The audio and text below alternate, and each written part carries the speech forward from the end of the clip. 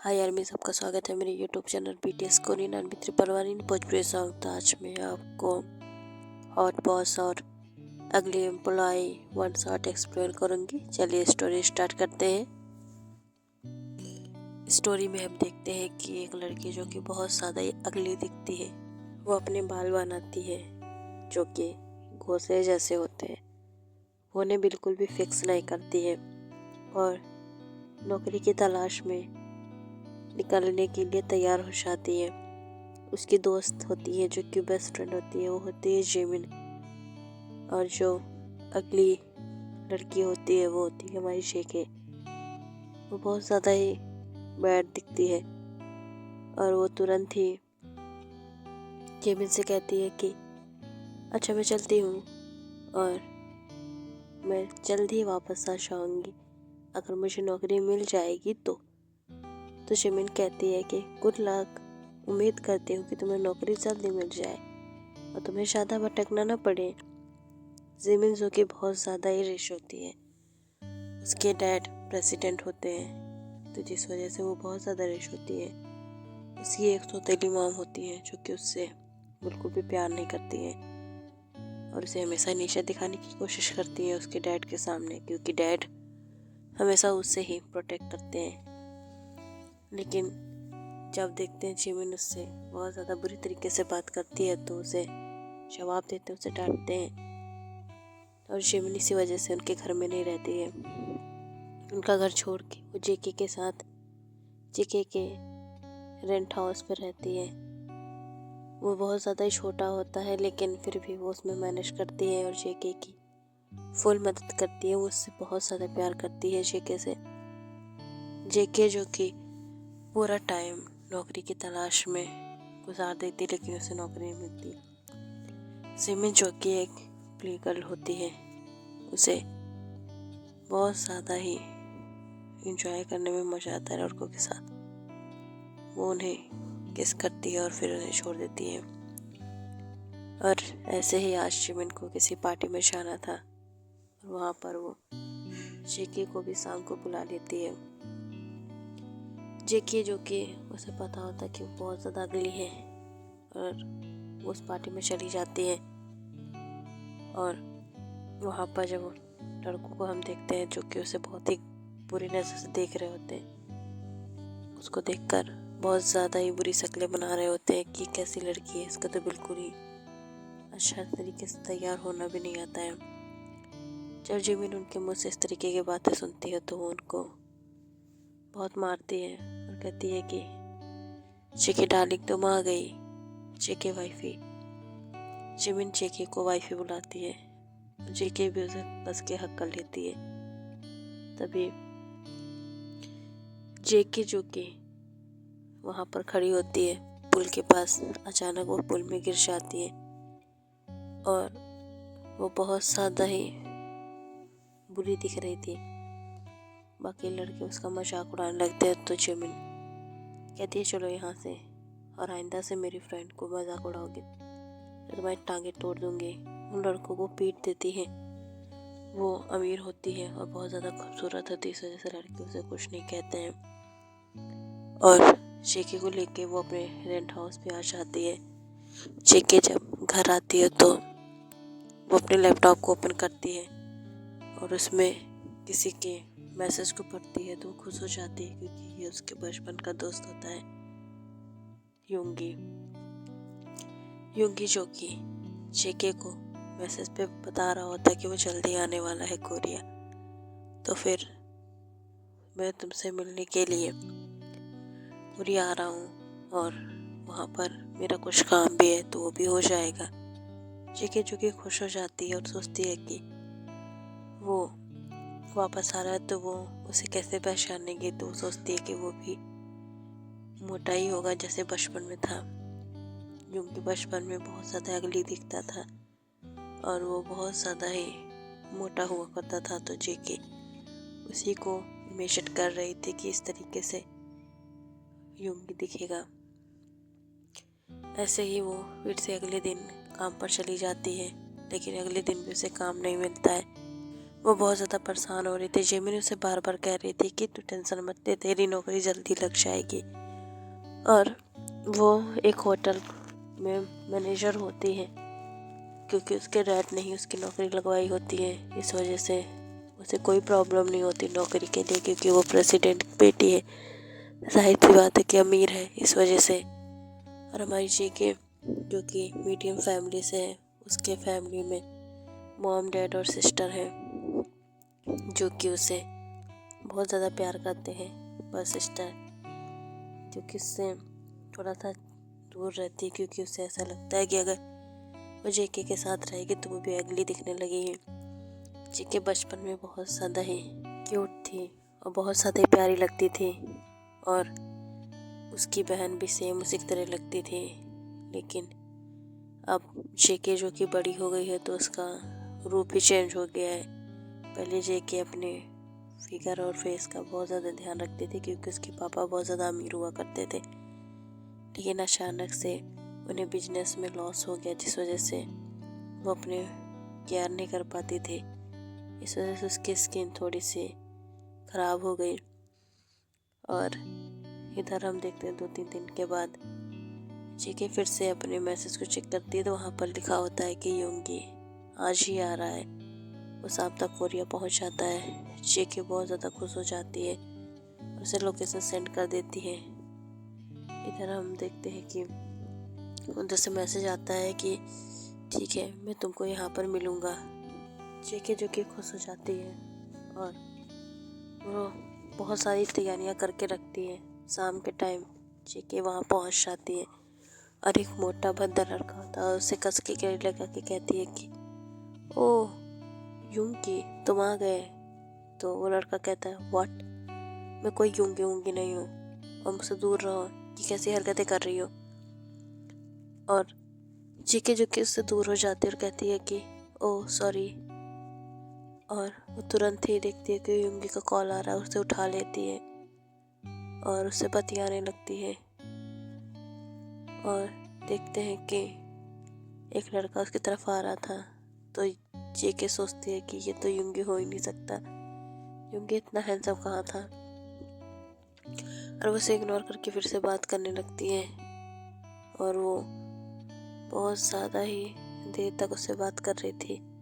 अचानक वो लड़का उसके पास आ जाता है और वो जो बोल रही थी और जो उसके फ़ोन में यूंगी बोल रहा था सेम वही लड़का बोल रहा था, जिससे उसे यकीन हो जाता है कि ये यूंगी है।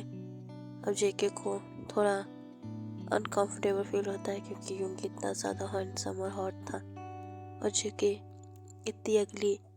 इस वजह से वो उसे छिप जाती है। पेड़ के पीछे से जिमिन को कॉल कर देती है। जिमिन जो कि उसे कहती है कि तू पागल है क्या, तुझे उससे मिलना चाहिए, क्योंकि वो तुझे पहचानता ना कि मुझे। और जब जिमिन को जेके यूंगी को दिखाती है तो कहती है क्या ये वही मोटा है, ये कितना हैंडसम हो गया है। जिमिन जो कि उसे देखती है और जेके कहती है कि तू जा, तू जेके बन के मिल ले, और उसे बिल्कुल शक नहीं होना चाहिए। वो तुरंत ही जाती है, मिल लेती है, क्योंकि वो अपने दोस्त का दिल नहीं दुखाना चाहती थी। यूंगी भी उसे हक कर लेता है और उसे कहता है मैंने तुम्हें बहुत ज़्यादा मिस किया है। और उसके साथ वो बहुत ज़्यादा खुशी से बात करने लगता है। और जिमिन को अनकंफर्टेबल फील हो रहा था, क्योंकि वो नहीं चाहती है कि उसकी दोस्त दुखी हो जाए। और जेके जो कि वहाँ से चली जाती है। और ऐसे ही कुछ दिन बीतते जा रहे थे और जेके को एक जॉब भी मिल जाती है और वो जॉब के लिए चाहती है, तो उसे तुरंत ही जॉब पे रख लिया जाता है, क्योंकि वो बहुत ज़्यादा हार्ड वर्किंग थी। भले ही उसकी शक्ल अगली थी, लेकिन वो बहुत ज़्यादा हार्ड वर्किंग थी और वो सारे काम को फटाफट कर देती है। तभी वहाँ पर एक लेडी आती है और कहती है कि फैशन डिज़ाइनिंग के लिए मुझे एक लड़की चाहिए जो कि बहुत ज़्यादा ही काम की हो और काम बहुत ज़्यादा स्पीड में करती हो। तो फिर वहाँ के जो हेड होते हैं वो जेके को भेज देते हैं। जेके जो कि शौक थी, और उसे मना करने की कोशिश करती है, लेकिन वो कहते हैं कि बस 3 महीने के बाद तुम वापस आ सकती हो।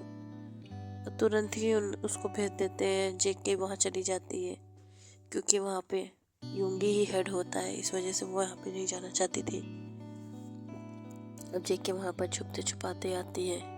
उसे ये डर था कहीं यूंगी उसे पहचान न ले। अचानक ही वो यूंगी से टकरा जाती है और यूंगी कहता है कि व्हाट रबिश, तुम कैसे चल रही हो, देख के नहीं चल सकती हो, जल्दी से अपना सामान उठाओ। पता नहीं कैसे कैसे लोगों को काम पे रख लेते हैं। यूंगी के मुंह से ये सब सुन के जेके को बहुत बुरा लगता है, लेकिन वो कुछ नहीं कहती। उसे बस यही खुशी थी कि यूंगी ने उसे पहचाना नहीं। ऐसे ही यूंगी और जेके हमेशा टकराते रहते थे और जेके बहुत ज़्यादा ही काम में फास्ट थी। वो जल्दी जल्दी से सारा काम फिनिश कर देती थी और वो फैशन डिज़ाइनिंग वाले डिपार्टमेंट में सबकी चहेती बन चुकी थी। सभी उसे पसंद करने लगे थे और यूंगी भी उसके काम से थोड़ा थोड़ा इम्प्रेस होने लगा था। लेकिन वो जिमिन के साथ मिलता है। जिमिन को अब यूंगी से प्यार होने लगा।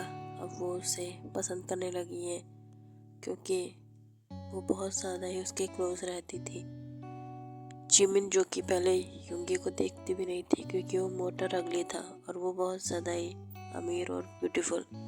और आज जब जेके ने यूंगी को उसको दिया है, वो यूंगी को अपना बनाना चाहती है पूरी तरीके से। इस वजह से वो यूंगी से मिलने को कहती है, लेकिन यूंगी जो कि आ जाता है, लेकिन उसे कुछ खाली खाली फील होता है और वो तुरंत ही उसे हक करता है, लेकिन उसे वो फीलिंग ही नहीं आती है।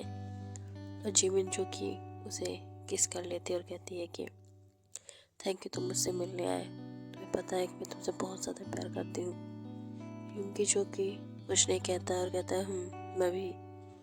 और वो दोनों साथ में डिनर करने चले जाते हैं।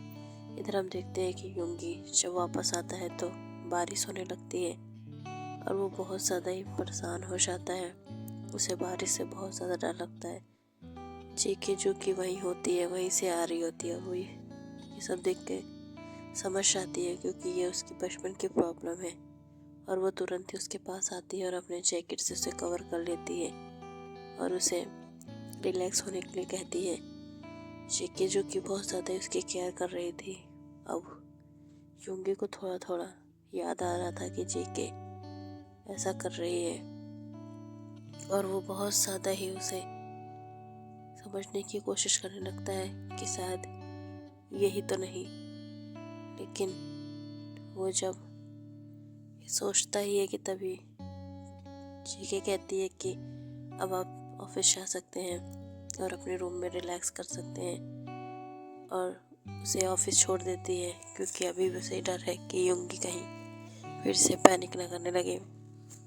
और ऐसे ही यूंगी की मदद जेके करती रहती है और जब भी अब जिमिन के पास यूंगी रहता है तो उसे वो फील ही नहीं आता है। और जो चीज़ जेके को पसंद होती है वो चीज़ जिमिन मना कर देती है। तो फिर उसे डाउट होने लगता है कि ऐसा तो नहीं कि मैंने गलत लड़की को चूज़ कर लिया हो। लेकिन जो जिमिन होती है वो कहती है कि नहीं, वो मैं इतने सालों से अपनी पसंद बदल ली है। और जब यूंगी जेके के साथ काम करता है तो उसे फील होता है कि मुझे ये फीलिंग इसके साथ क्यों आ रही है, क्या ये वही है। लेकिन उसे फिर से गलत एहसास हो जाता है।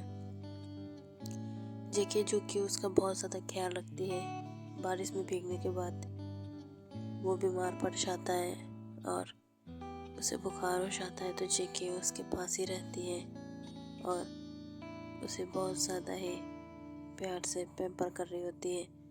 अगले दिन जब यूंगी की नींद खुलती है तो जेके उसके पास होती है तो उसके ऊपर चिल्ला देता है कि तुम यहाँ पर क्या कर रही हो। और वो बहुत ज़्यादा गुस्से में बोलता है जिससे जेके डर जाती है और वहाँ से चली जाती है।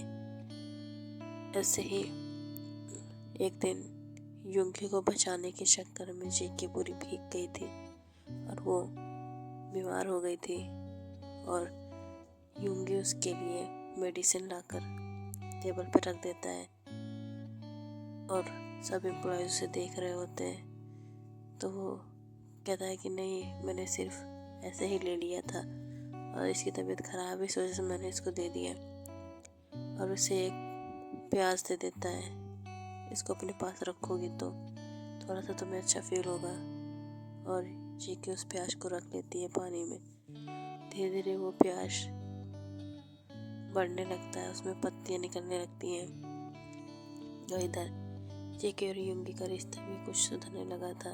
युंगी को बार बार लगता है कि वो कुछ गलत कर रहा है, वो कुछ गलत कर रहा है। इस वजह से वो बहुत ज़्यादा ही टेंशन में था। अब वो अपनी कंपनी को भी बचाना चाहता था, इसीलिए सारे एम्प्लॉयज़ बहुत मेहनत कर रहे थे। वो अपनी कंपनी को 1 नंबर पर लाना चाहता था और बहुत ज़्यादा ही मेहनत कर रहा था। इधर जेके जो कि उसे बताना नहीं चाहती थी, और जिमिन जो कि जेके से कहती है कि वो अब युंगी से प्यार करने लगी है। जेके ने भी जिमिन से बहुत बार कहा था कि उसे युंगी से प्यार है, लेकिन जेके खुश हो जाती है, कहती है ठीक है, तुम दोनों साथ में रहो, मुझसे इससे बहुत ज़्यादा खुशी होगी।